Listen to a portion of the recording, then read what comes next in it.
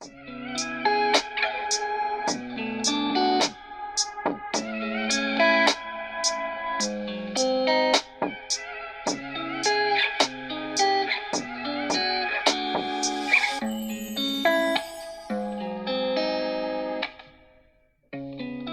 man, say man, I'm Brother Charles. And I'm Jasmine. Welcome to the Hopefull Romantics podcast.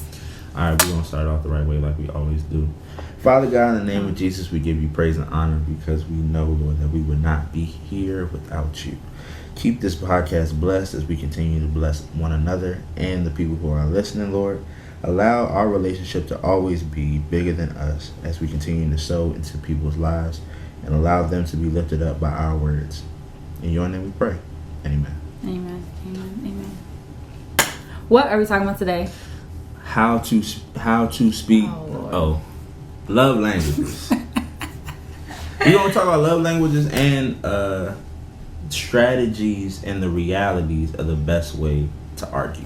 Yes. So this is the part 2 of communication. In the first episode, we talked about, I think we defined communication. We sure did. And then we talked about the importance of communication. We sure did. And a healthy relationship and a healthy communicative understanding. See?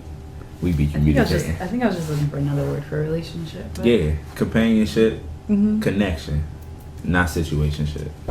And in situationships.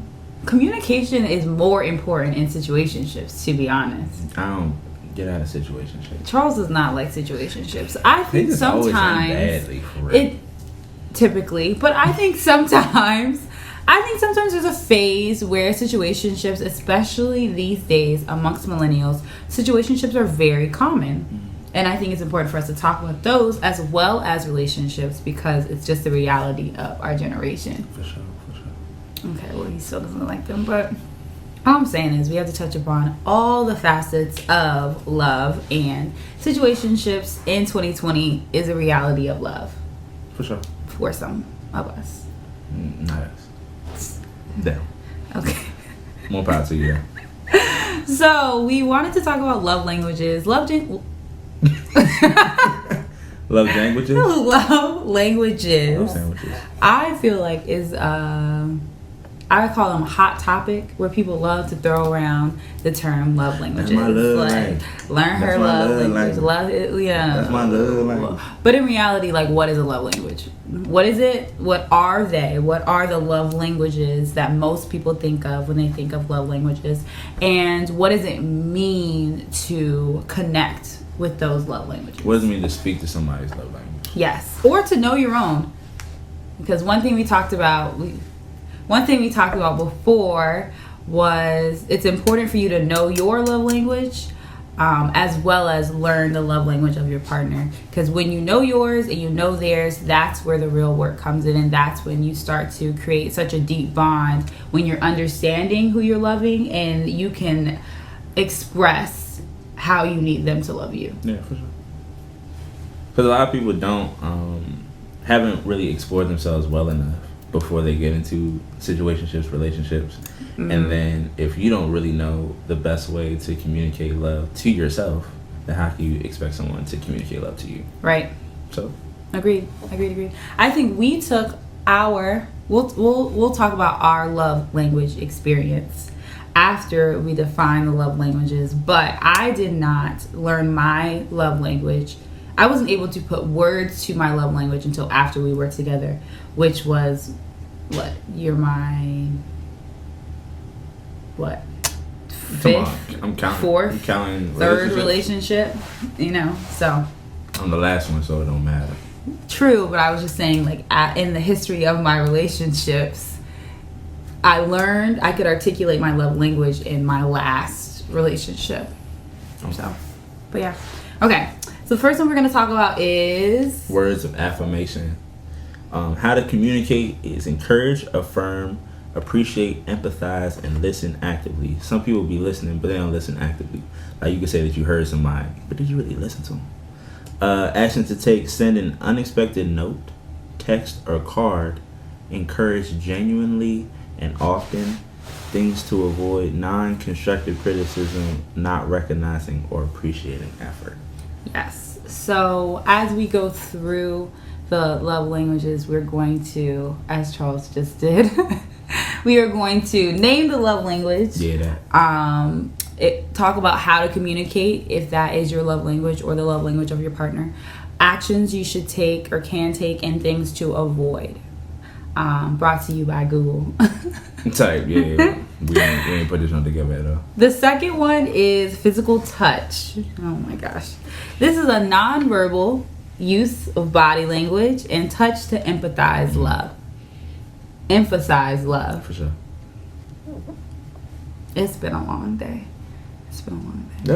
That's what you said it right the first time. No, I said Empathize. empathize love. Okay. Actions to take. We have a hug, a kiss, hand holding, physical affection, showing physical affection regularly, making intimacy thorough and a priority. And things to avoid: physical neglect, long stints without intimacy. We need to talk about intimacy. And receiving affection coldly. That's a good one. That's a good one. Physical touch. And then it's receiving gifts. A lot of y'all probably need to tone this language down a little bit. Thoughtfulness: make your partner a priority. Speak purposefully. Actions to take: give thoughtful gifts and gestures. Small things matter in a big way. Express gratitude when receiving a gift. And then things you gotta avoid is forgetting special occasions. Lord Jesus. Unenthusiastic gift receiving. What's wrong? Oh yeah, like you know the stereotype where it's like the dude always forget like Valentine's it's your Day, anniversary. Like I don't yeah. even think that's true. I just think people be like don't really got it, and then they gonna act like they forgot. So then they got a couple extra days to put the money together, and then boom. But if you know your partner's love language is receiving gifts, you should be put putting money something aside exactly prior, because you know if their love language wasn't receiving gifts, maybe you get away with that and it wouldn't be that big of a deal. But you have expressed to your partner receiving gifts as a love language. And I'm smiling because I have a specific story for receiving gifts, but we'll wait. And how, once that has been expressed, it should be respected and made a priority as to such situations like that don't even happen. within your budget. Of course. Like receiving gifts is loose. It's fluid. You know what I mean? We got handmade gifts. We have what is it called? Like experiences as gifts. Me and Charles love to do. Love an excursion. You feel me? And then there's your tangible gifts. So gifts is definitely fluid. The next one is quality time. Oh gosh, let me see. So how to communicate quality time is uninterrupted and focused conversations. Focus.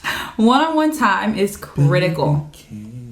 Actions to take: create special moments together, take walks, do small things with your spouse, partner. Whoever. And weekend getaways are huge. Within your budget. Within your budget. A staycation ain't never hurt nobody. Let me tell you, especially with the uninterrupted. I think that's a key word for quality time. Put your phone down.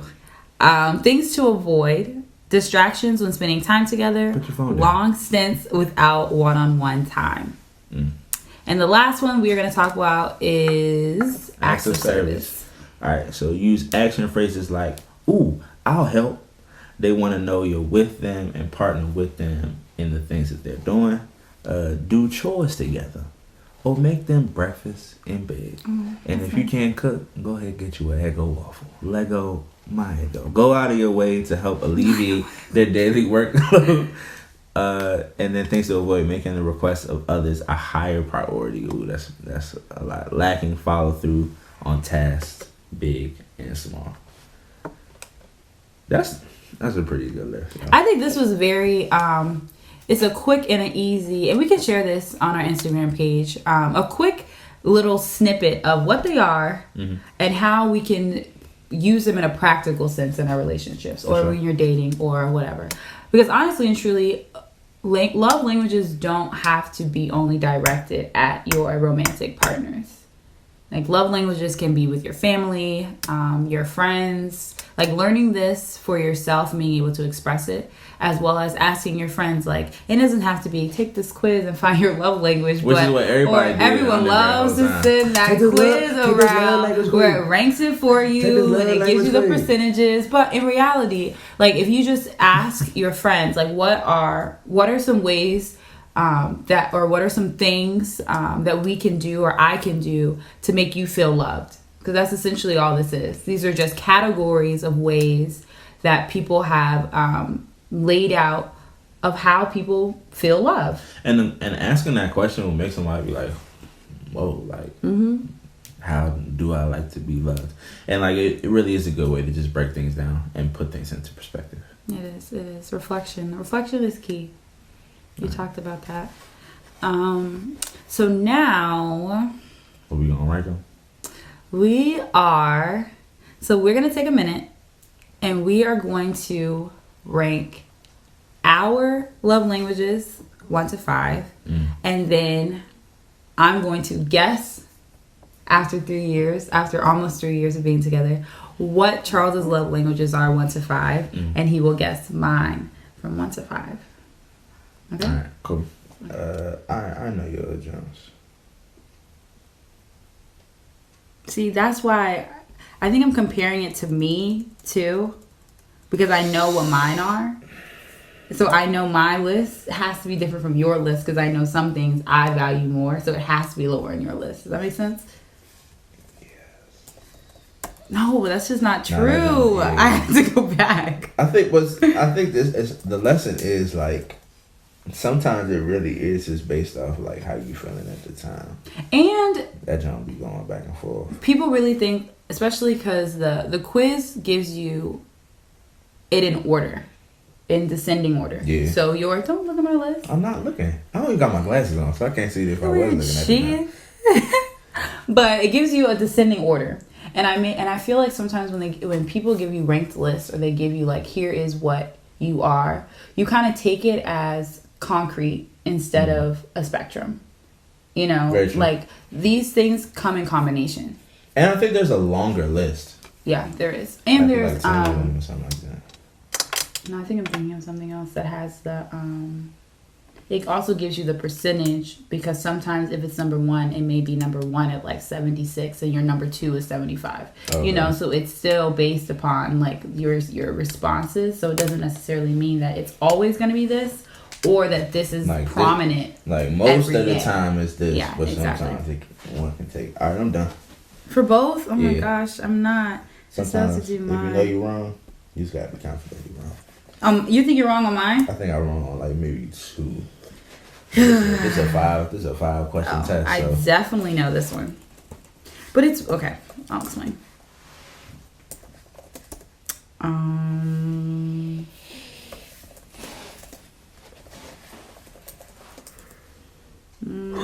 know which one's the last of mine. I just looked at your screen and still didn't actually read it. Because you're cheating. I'm already done. You're still cheating. No. Well, since you're already done, think of some stories of why you are the way you are. Alright, not without giving away stuff. I know that more recently, are you done? Because I don't want what I'm about to say to determine your answer. I'm done with yours. Oh, alright, bet. So I think my top, I can't say top 5 because it's only 5.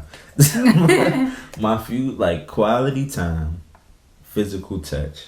Wait, you're saying yours? No, I'm just saying like in general. Okay, I'm like, wait. Quality time, physical touch, and acts of service, I think are the umbrella. See, are I think one of the most. Not to say that either one supersedes the other, but I think that quality time and acts of service to me are always quality time, acts of service, and physical touch.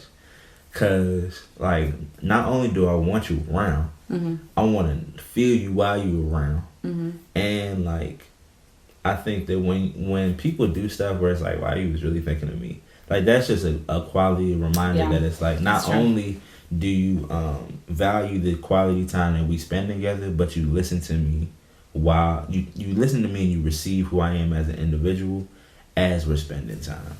So like it's the combination and it's an extension of my other languages. So I think that's why acts of service kind of like pokes his head out as one of like my top ones. And I think some people might think like acts of service means like, oh, like I filled your tank up, or like big wow. That's what I was thinking. Which is true, which falls under that umbrella. But I think acts of service to me is like if we in the crib and like we watching something, it's like you want a glass of water. Instead of like making me instead of making me get up too, like you know that like if we just crushed some hot chips or something. Like I'm thirsty too. Like if I'm thirsty, she's thirsty. Right. If I'm making some food, why wouldn't I go ahead and make her plate too? Like if I see that there's dishes in the sink and she dog tired in the crib. Yeah. And like I'm the same way. I feel like I'm starting to bleed into like what I do for you, but I think that as much energy as I put out, I like for it to be reciprocated. So I think acts of service is one of the main ways to feel like the energy that you're putting out is what you're getting back. So I feel like you just backspaced a little bit. I did it. No. What I did was y'all heard the keyboard movement though. Like, what I did was I have yours and mine, right. And then I also want to put yours and mine. What? I did mine too. I want to put your two on here too, so I can literally see where the similarities are. Okay, so I can just tell you. You want to go first? All right, okay. So this is mine. First. Okay, this is mine. Your number one is. My number one is quality time. Quality time. My number two is physical touch. Physical touch. My number three is acts of service. My number four is words of affirmation. And my number five is receiving gift. You saying like you got all them jumps right. Affirmation. Okay. And number five is receiving gifts. Okay. Right. So let me tell you your jump. Oh, you want to do? You want to do both? I'm gonna tell you right now. Wait, hold on. Receiving. You don't gotta be. I don't know. I spelled it. That not only did I spell it right, I spelled all the words out. Like I didn't just. That's fine. All right. So your jump. Your number one is All right. I'll take it back, but I'll say your number one is quality time. Wrong. Just kidding. I'm not gonna tell you yet. Quality time. Okay. I'm sorry. I initially had it as acts of service. I don't know why I just changed it as I read it. No, you're not allowed to change it. It was already done. Your number one is acts of service. Okay, hold on. This is so interesting. Like I'm so ready to talk about this. Your number two is quality. Your number two is quality time. Okay, quality time. Your number three, physical touch. Physical touch. Your number four is words of affirmation. Words. And your number five is receiving gifts. Receiving gifts. Okay. Whoa, you can't look. You can't look. Dang. Okay. So we're gonna go purely by no explanation and see how many we matched correctly. Okay. No explanation of why you think it is. So I matched correctly for you. Physical touch. 1. No, because physical touch for you is 2, and I put it with 3. Oh. So I matched you 1. That's it. I have receiving gifts last. Yeah. For you. So for you, you matched 1. Which one? No, you didn't match any of them. I thought you had receiving gifts right. 3 years in, you know what I'm saying? You can always learn more about your partner. Oh, for sure. And that's what we're learning. This is so interesting because so a whole F. Yours was quality time, physical touch, acts of service. We'll go from the first 3. Mm-hmm. That's what you said yours was. Yeah. I put words of affirmation, quality time, and physical touch. And I felt like those 3, honestly, were tied for first place. They were, in my opinion, because I think of acts of service differently. While you were explaining it, I was like, that's why it wasn't even on my radar, because I'm thinking like cooking dinner, like you coming home and dinner being made. You know what I mean? Or like, I don't know. Like I was thinking, I cook more grander. Than anybody in this relationship. I cook for you more than you cook for me. I don't know if that's necessarily true. I don't know if that's definitely true. I'm not sure. But I don't know if that's true. I don't know if that's true. We can, all right. Because you'll come over and there'll be food made already. Sometimes. But a lot of times, I'm cooking for you. It's not a lot of times. It's not a lot of times. No. We're going to edit that. But don't listen to America. Don't listen to America. But I was not thinking of acts of service in a small, like, considerate.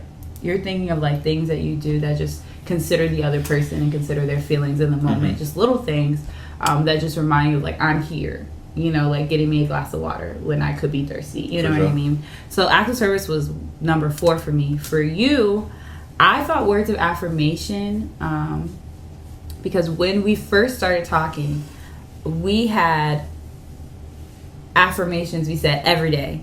Every day. After every phone call. Every phone call. Yeah. Every time you visited, it was... I don't even know. It was like, love you, miss you, appreciate you, proud of you, praying for you, want well, to you have to say it slower. Start from the beginning. Like, I love you. I miss you. I appreciate you. I'm proud of you. Mm-hmm. I'm praying for you. Praying for you. Wanting you.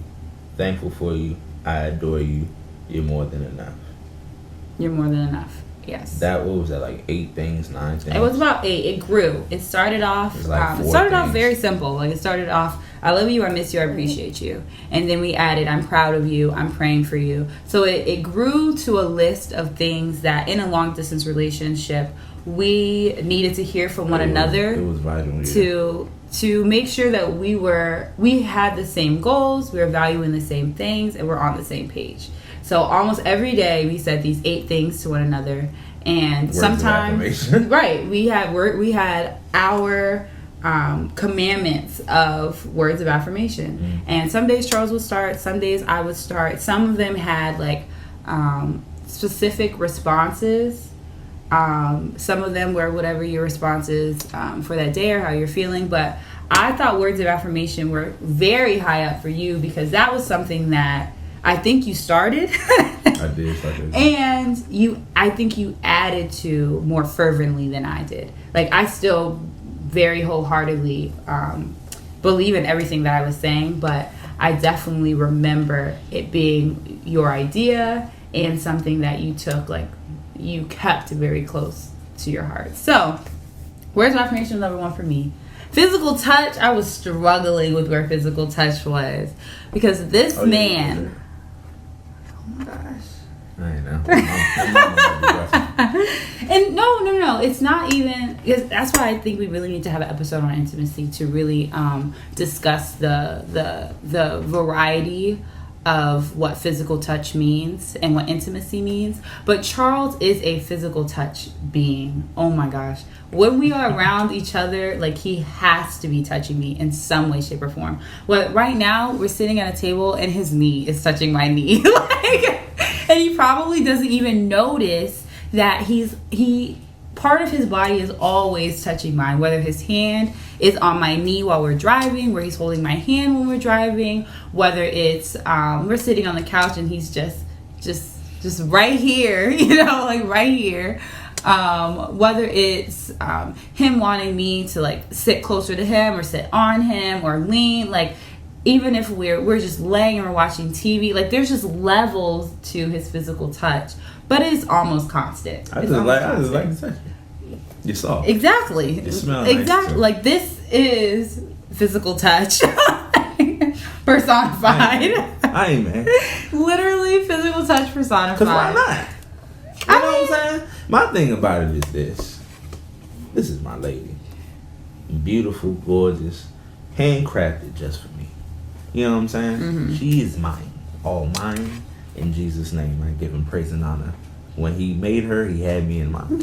So I just want him to know that, like, yeah, bro, we holding it down. It's all good. Yep. Like, physical touch to me is, like I said, like, I just like to know that you're around, and sometimes you be a little far, even if you're sitting right next to me. He literally says it all the time. You're a little too far. Like, right now. All the time. Right now, all the time. Like, y'all really don't understand. This is way too much space. I don't understand how physical ridiculous. touch was not your number 1.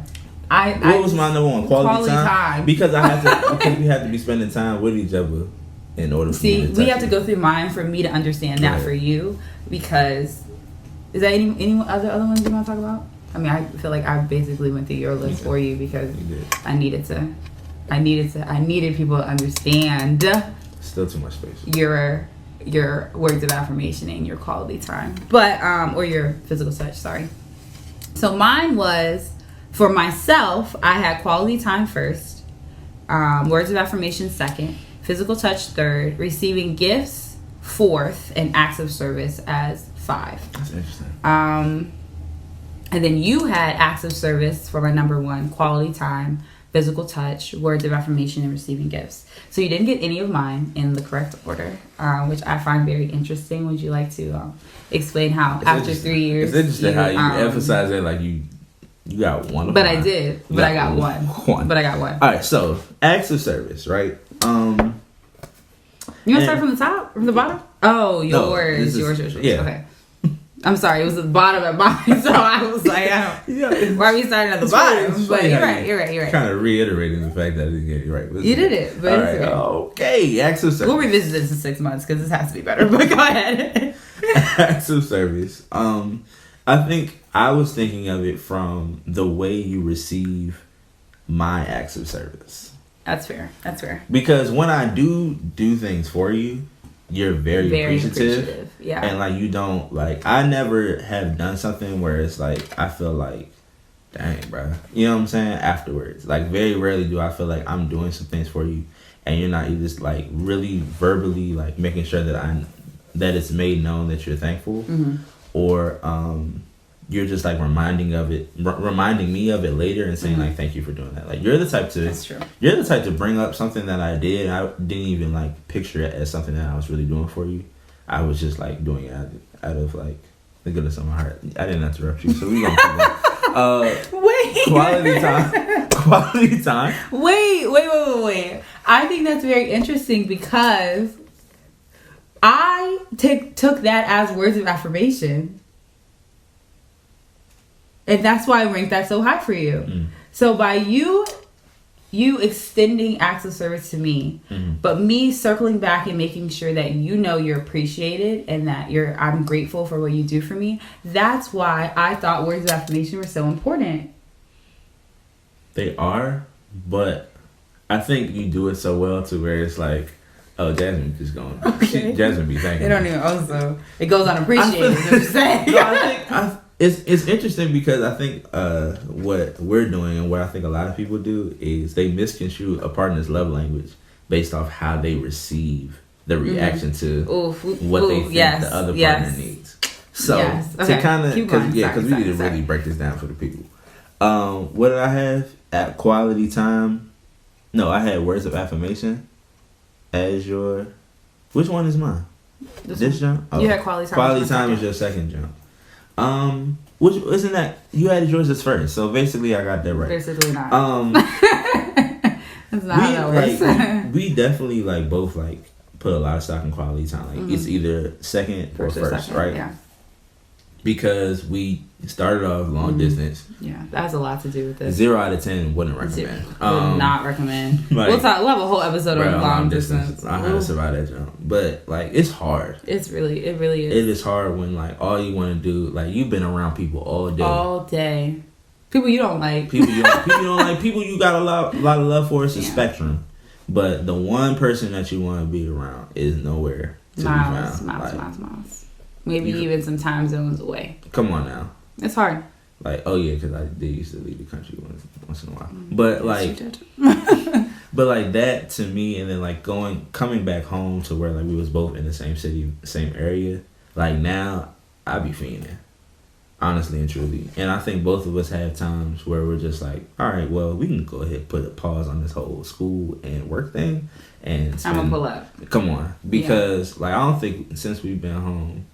And, like, there's been weeks where it's like, all right, babe, I'm going to see you on the weekend because I really got to blase. And it doesn't work out because we just value each other's space so much. And we put a lot of stock in each other's presence because in life, like, life be like knocking people out for real. And I think when you found somebody who can really speak to your spirit, like you really kind of lean on the fact that is a major boost. Now, like make sure that you're solid enough on your dolo, of course, like stand on your one. But when you find that person who really like their presence is just a blessing to you, you look for that constantly. Yeah. So I think that's why quality time. What was it? No, Ma. Thank you. Appreciate it.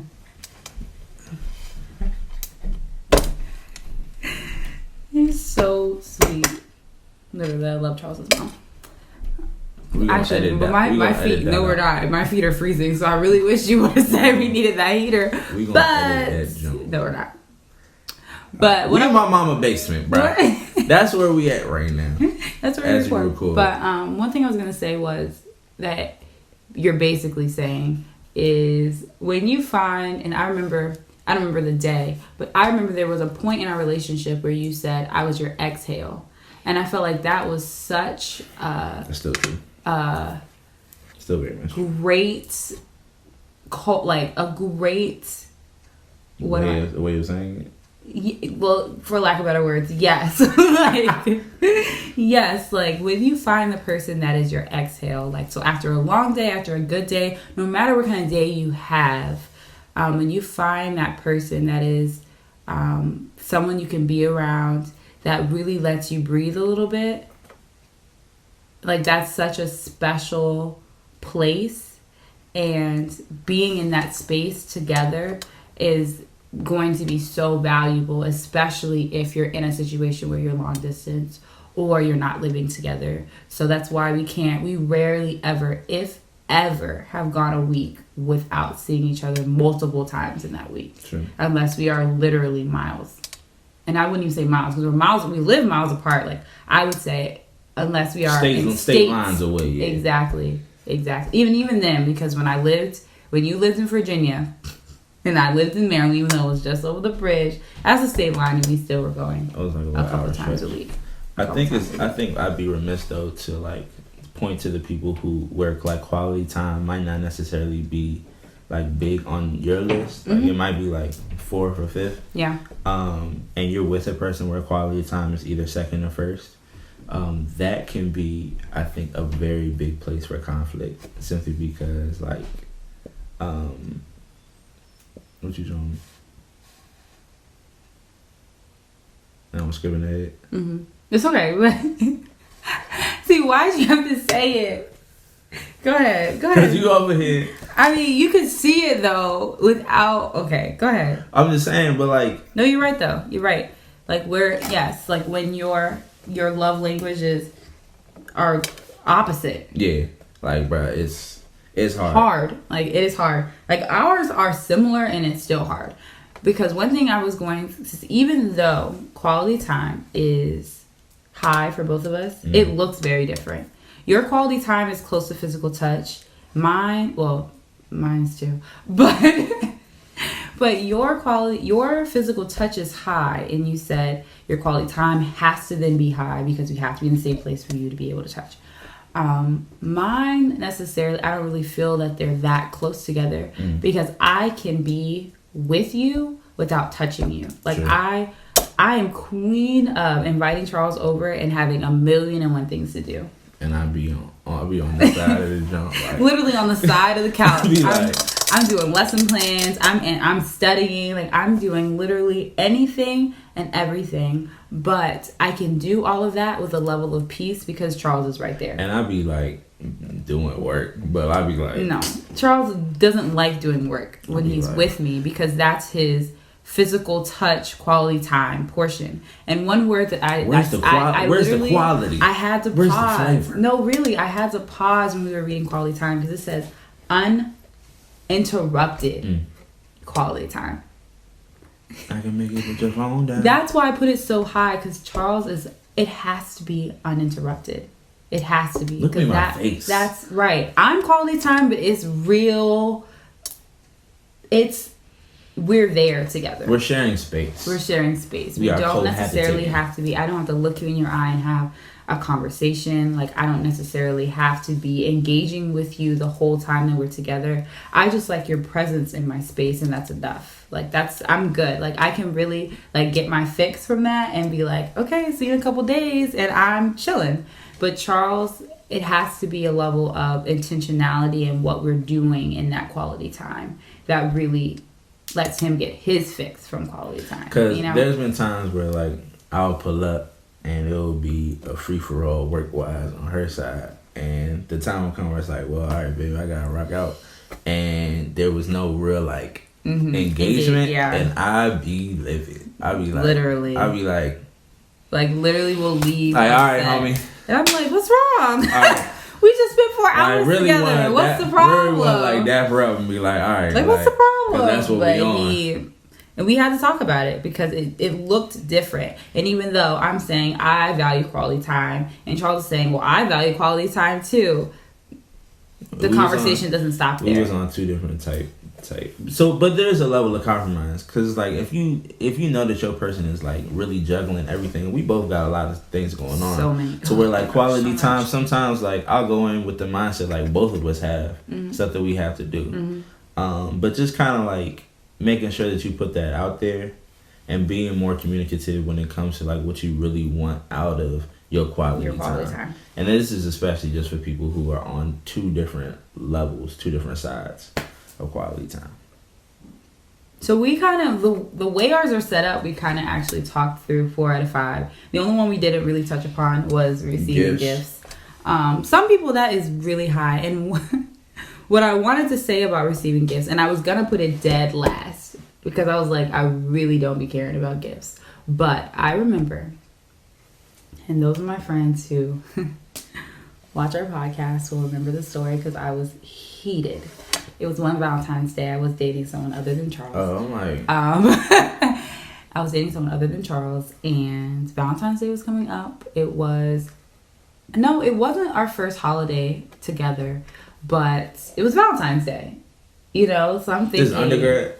I will not disclose, but I was thinking it was gonna be a big, like, date night. Like, we lived close by, so like I was thinking it was gonna be date night, like I was gonna walk into my room and it was gonna be, I was expecting something. And you got what? So I woke up Valentine's Day. There was no text.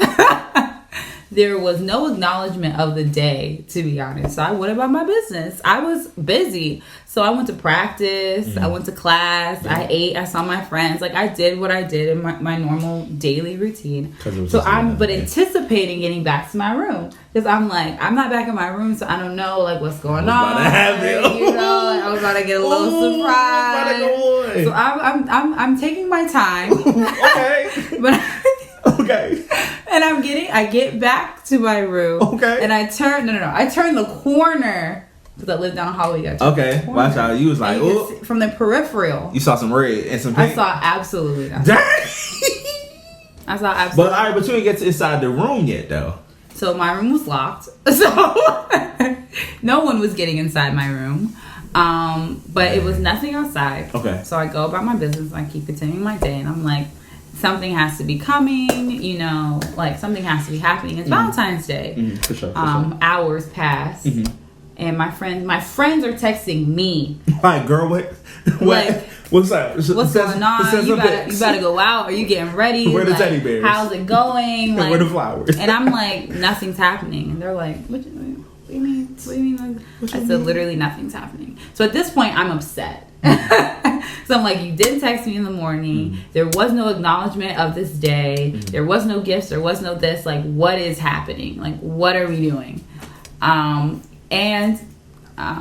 Long story short, we talked about it. He was like, I didn't really know that it was a big deal. And I was like, okay. So 2 issues with that. Lack of communication will lead you into a situation where there's a high level of frustration because I had expressed that it was important to me, for sure, and that I was not what I was expecting, but I had sent out pictures to my friends, that they had then sent to him. Like, it was just a level of a level of communication I thought was present, there, but it wasn't. It wasn't. And in that moment, I really learned that sometimes, to me, receiving gifts is nice. I don't expect it all the time. Like, I'm not a surprise type, you know, like I don't need to come home to something, or I don't need like something to show up at work and all of these like occasional things. But when it comes to like thoughtful expressions and physical, right, exactly, like tangible that, items, exactly. It doesn't even have to be tangible, because we're really big with experiences, because we're in a state in our life where the money is a little funny. No, but really, like, we're building right now. Like, we say that all the time. Like, this is a building year. These are building years for a minute. So we're not really looking to, like, drop a bunch of money on this tangible thing that I'm, like, looking at. You know, like, ooh, you got me a $60 teddy bear that I can't do anything with but sit it next to my bed. And you know? dust. Exactly. Like, we're not really big into doing things like that. But we are big into, like, doing things. Like going ice skating or going hiking. We hiked once. But we go out. Like, we'll stay in the city. Or we just went to Massanutten. So we do things. And that's also receiving gifts. So even that matters. But to some level, I do think receiving gifts is part of my love language. I think like sometimes, you know, like it doesn't have to be all the time, but when it happens, I'm like, that was really nice, because the thought behind it is she would appreciate this. Yes, exactly. You know? And I think a lot of women, I think right now, are hesitant to say that any aspect of gift receiving is a part of their love language, because here comes somebody saying like, you a gold digger. Yeah. Ooh, you should. You only want me for money. Like, yo. Relax. Like, I should be able to tell you that's enough. That's why I always say, like, be realistic about who you are as an individual, but also the other person on the other side. Like, if you only make a certain amount of money and your person likes to receive gifts, number one, your person should recognize, like, his pockets, her pockets aren't that big. Right?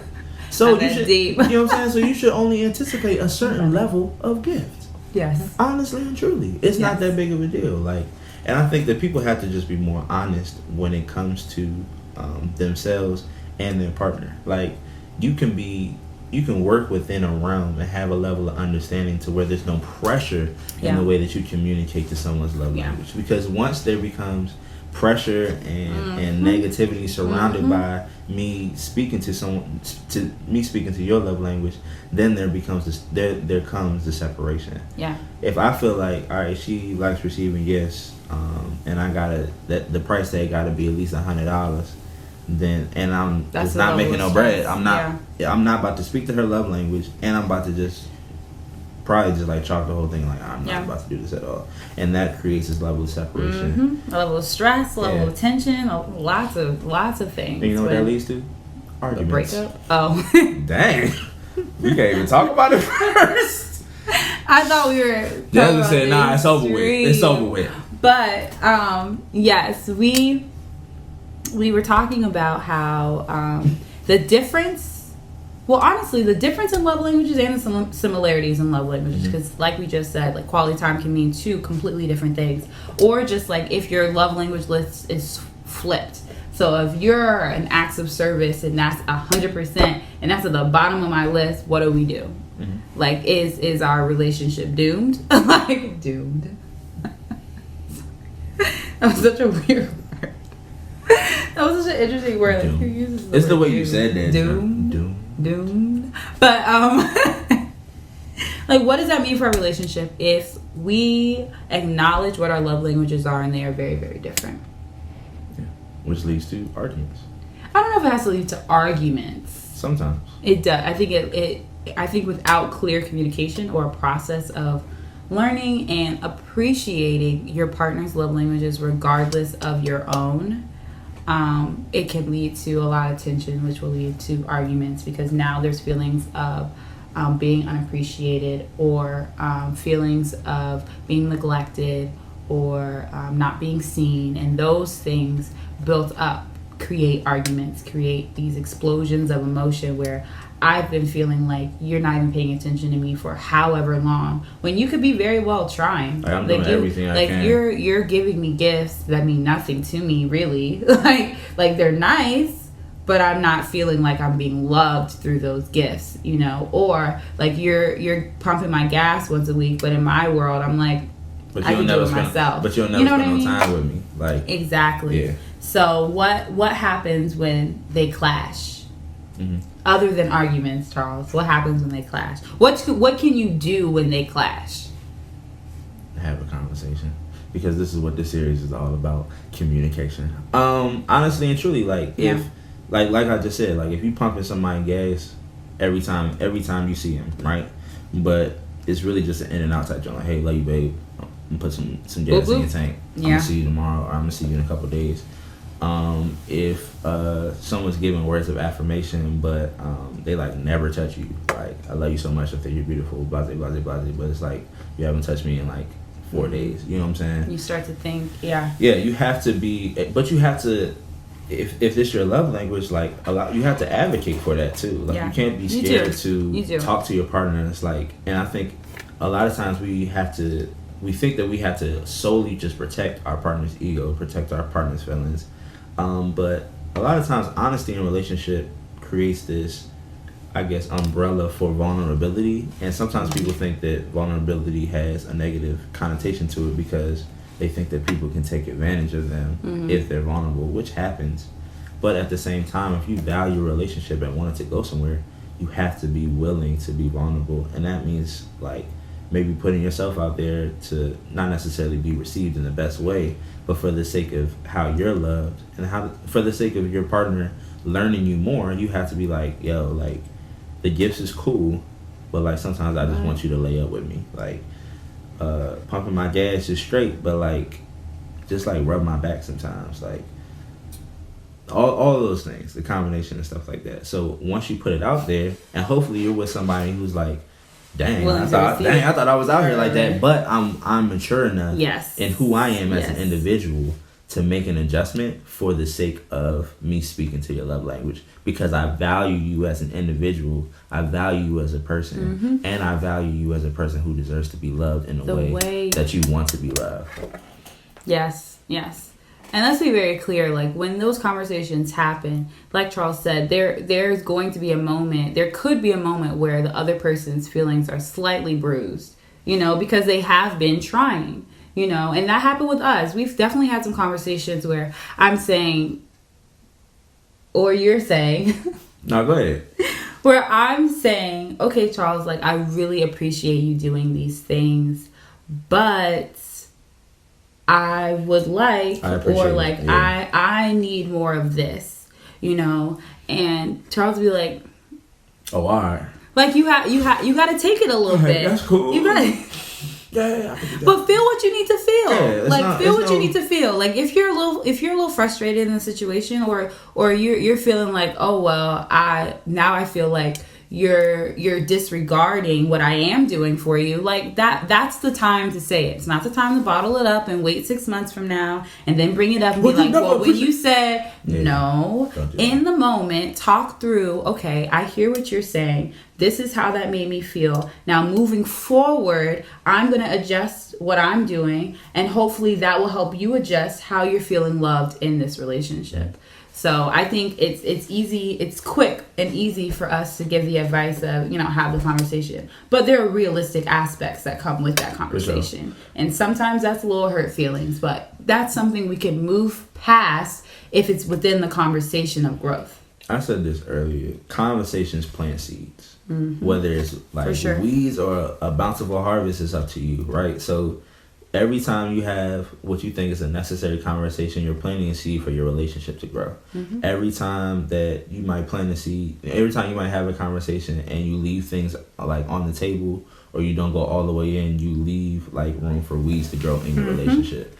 And before you know it, if you're planting the right seeds, your relationship blossoms into something that's beautiful. If you plant the wrong seeds, like before you know it, you got weeds all around your relationship and you focusing more on the weeds than your actual relationship. So take the necessary time, have the quote unquote uncomfortable conversations now, right? In order to get better, in order to learn your person better. And then before you know it, y'all will be in a place where you don't even have to have those level of conversations anymore, because you had the knowledge and you built the knowledge about each other to the place where you're at a better space. I think that was a great answer. Ugh, I love us. Okay. I love us too, baby girl. So now, what happens when it does become an argument? And this part isn't necessarily having to be tied to love languages. No, yeah. In general, what happens when there is an argument? Because that is also a part of communication. So what happens? What? Why Where's the question? Because what? The only person that is Let's say. How can I phrase this? Can you argue in a healthy relationship? Oh, of course, absolutely. I think that we are an anomaly in the way that we disagree, because we are not the shouting type, the cussing type, definitely not the cussing out type. When we have it's like funny to even think about. Yeah, well, go ahead. like, what, bruh? Like, come on. When we have disagreements, it's usually like a heavy conversation that might take a couple conversations, and then through like very intentional communication do we come out of that. Other people aren't like us. Other people might talk about each other's mothers, might really call each other out their name, might just get to cussing unnecessarily. And I think that in a healthy relationship, for people who might raise their voice and stuff like that, arguing, there's nothing wrong with arguing, because we as human beings, everybody in our life, everybody in my life who is very close to me, I've probably gone back and forth with in some capacity.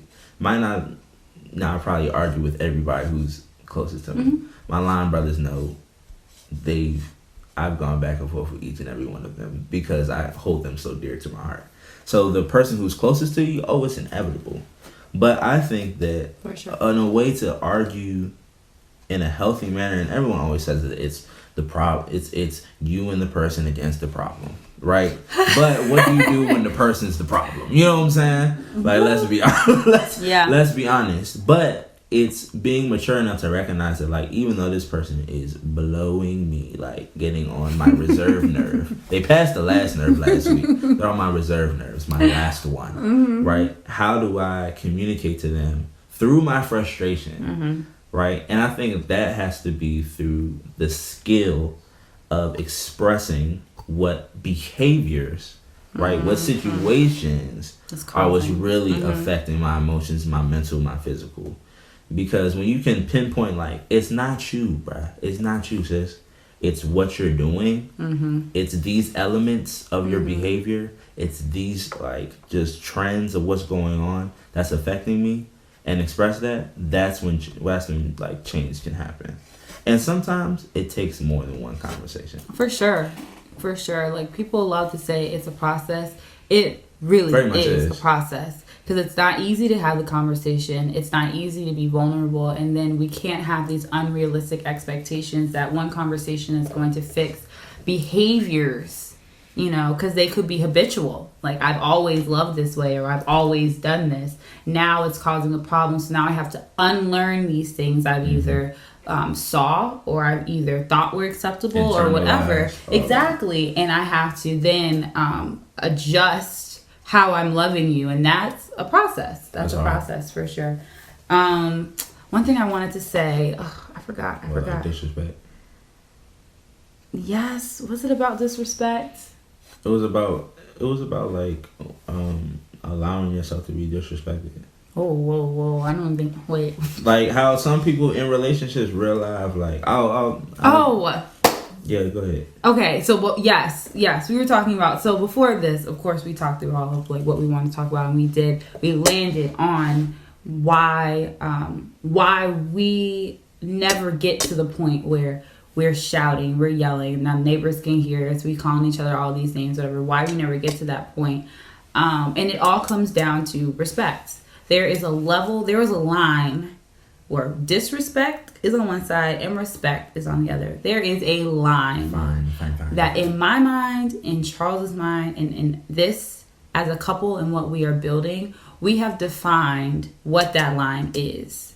And we value that line so much that even in the most difficult of situations that we've had to go through, even the hardest of conversations, in the worst feelings that we've had within this relationship, we will not cross that line. Because once you cross that line, it is very hard to be like, oh, I won't do that again. You know, like, oh, I'll never get that upset again. No, you have to intentionally and consciously make the effort and the decision to not cross that line. Once you do, boy, exactly, it's hard to get back. Yes, it's because that's a level of trust you've now betrayed. Like you calling someone out of their name in no way, shape, or form is respectful.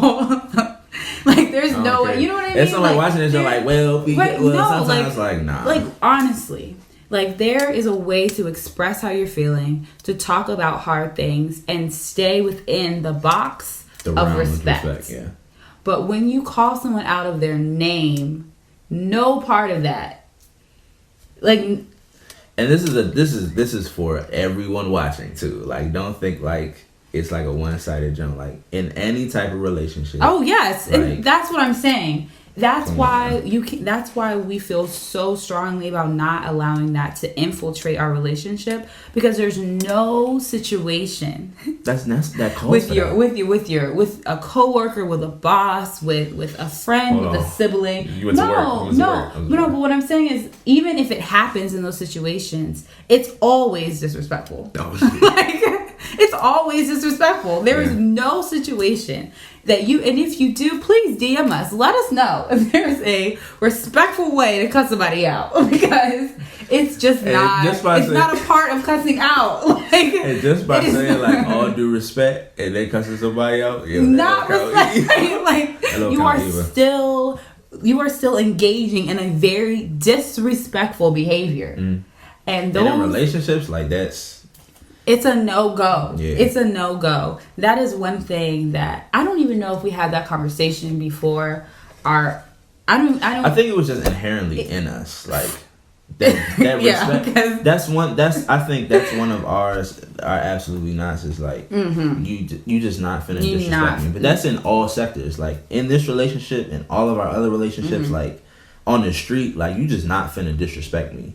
And you're definitely not going to disrespect her. Like, that's just not how it's going to go. Yeah. So I think within the relationship, if we had that standard for everything and everybody else, why wouldn't we bring that right here? And it goes past just calling somebody out their name. Just how you speak to one another on a day-to-day basis. You should be constantly lifting your person up. And if you find that you're in a situation right now where you find yourself having to negate the things that your person is saying to you, if you're having to kind of like pick yourself up from like your partner tearing you down, insults and stuff. If like you find out that your partner is tearing you down either in front of you or behind closed doors, like all that needs to be deaded immediately. Because my thing is, and I can't tell anyone how to truly live their life. This is just suggestions, but in life you cannot tolerate being disrespected, because as soon as you open the door for disrespect and you receive disrespect, and you don't shut it down immediately, I can guarantee you that door will stay open as long as you allow it to be left open. Because it's hard for the other person to, if I disrespect Charles and he's like, and he allows it to happen, it's very hard for me to then continue to look at Charles and be like, oh, well, he took the disrespect one time, but he won't take it again. Like, why would I think that? I would think he's going to allow me to continue in the behavior that he allowed. Yeah. That's how that works. Like that. So when we invite it into our relationship, it's hard to stop it, but it's also hard for that other person to stop seeing you as a person that allows that level of behavior. Like that's, I don't know if it's innate. I don't know if it's naturally what happens. What was the part? I forgot. What? It's gone. Okay. What you want to do now? We covered a lot, man. We did. How do we move in an argument? In an argument? Did we talk about that? Yeah. How we maneuver an argument? Yep. What happens on the other side of an argument? Okay, we can do that. All right, ready? We did our argument. No. Yeah, we just did that. Okay. All right, so what happens on the other side? Mm-hmm. All right, so the best way to go about like kind of culminating an argument where it's like both parties have, presented, because sometimes you gotta treat that joint like it's a court case. Like, look, these are the Opening. facts. These are the facts. Supporting details. Come on now. And Closing. You know what I'm saying? All that, right? Once both parties' arguments have been heard, y'all have to really come to the point where it's like, all right, how do we go forward to get back on one accord, right? And a lot of times people say compromise. But yes, but also sometimes it's just kind of, well, yeah, it's compromise, because a lot of times it can be like someone was right, someone was wrong. Other times it can be like these behaviors need to be adjusted. And other times it's just like, I don't know what's going on, but I just think we both need to just refocus and hone in on the relationship as a whole. I think a lot of times, outside of behaviors and outside of like just mistakes, words that were said, things, whatever happens, I think sometimes like with everything that goes on in life, you just might start like leaning and like veering off your relationship. But when you have your relationship kind of at the forefront of your life, and you're focusing on putting as much energy as you put into anything else into your relationship, right? A lot of times, a lot of the problems that you might think are bigger than what they actually are kind of come to a head. And it's like, as long as I focus on my person, right, everything else kind of just falls into place. So, yeah.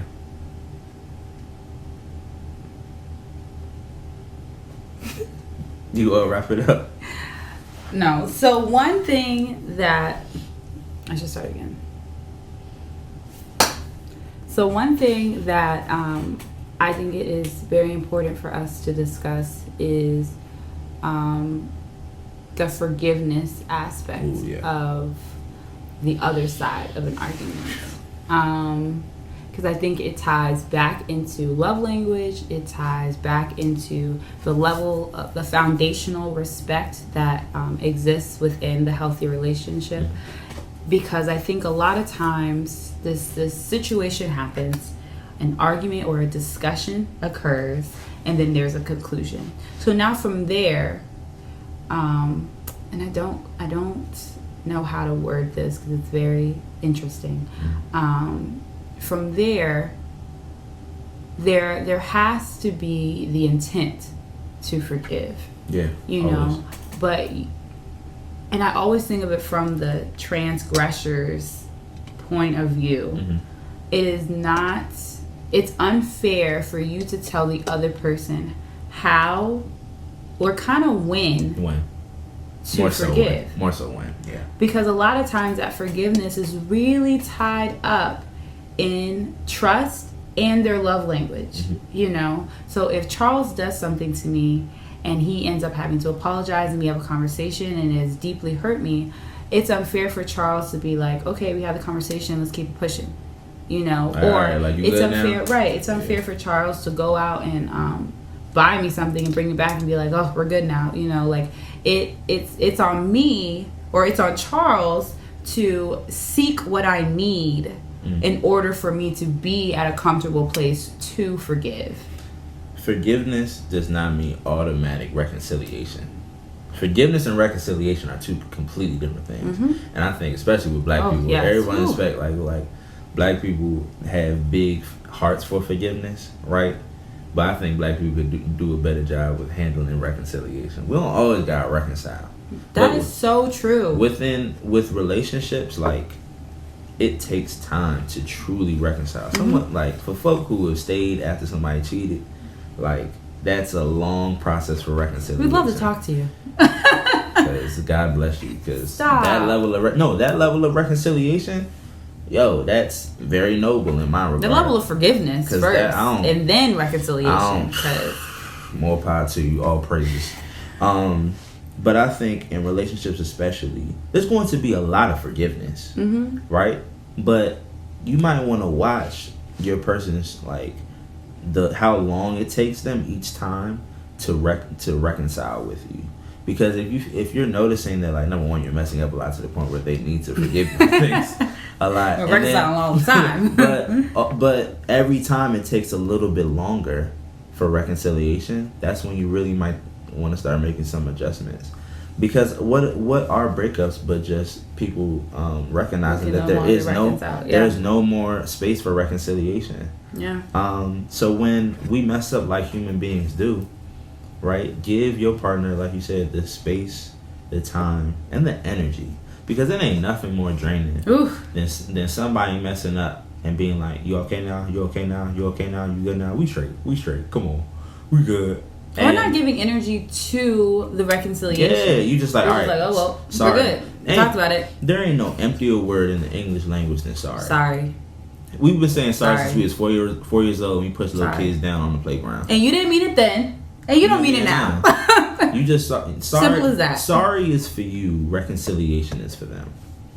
Honestly and truly. Tweet that. Gem drop. Out here in these hopeful romantic streets. But yeah, give people space, time, and energy to forgive and to reconcile, and y'all should be cool. Give them what they need. Yeah, to reconcile. It's not really about you anymore. Once you have had the conversation about what has happened and what you're going to do moving forward. After that, it's you tending to them and what they need and what they need from you to feel whole and just better about the situation. Exactly. Like that takes work to process. That's going to be our word of the week. Can we have a word of the week? Process. Trust it. All the way. You feel me? But this was a lot. We went from love languages to arguments to reconciliation. Yeah. All that. Communication is a huge part of any and every relationship. You can take a lot of what we've talked about and apply it to romantic relationships, familiar relationships, friendships, like business relationships. Just, exactly, like it is just the way about having any type of relationship with another person. A lot of this stuff can be used, and if it is used, can really flourish and create these positive and healthy relationships in your life. For sure.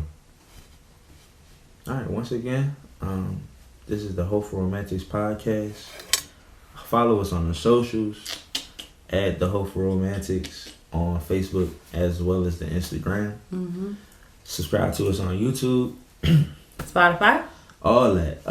Apple Podcasts and Anchor. on Anchor.fm. Yes. You feel me? You try and get sponsored out here in these streets. But once again, y'all, thank y'all for watching. Thank y'all for listening. Honestly, we finally got to 100 followers on Instagram. 100 people follow us. Like, that's amazing. I was so incredibly grateful.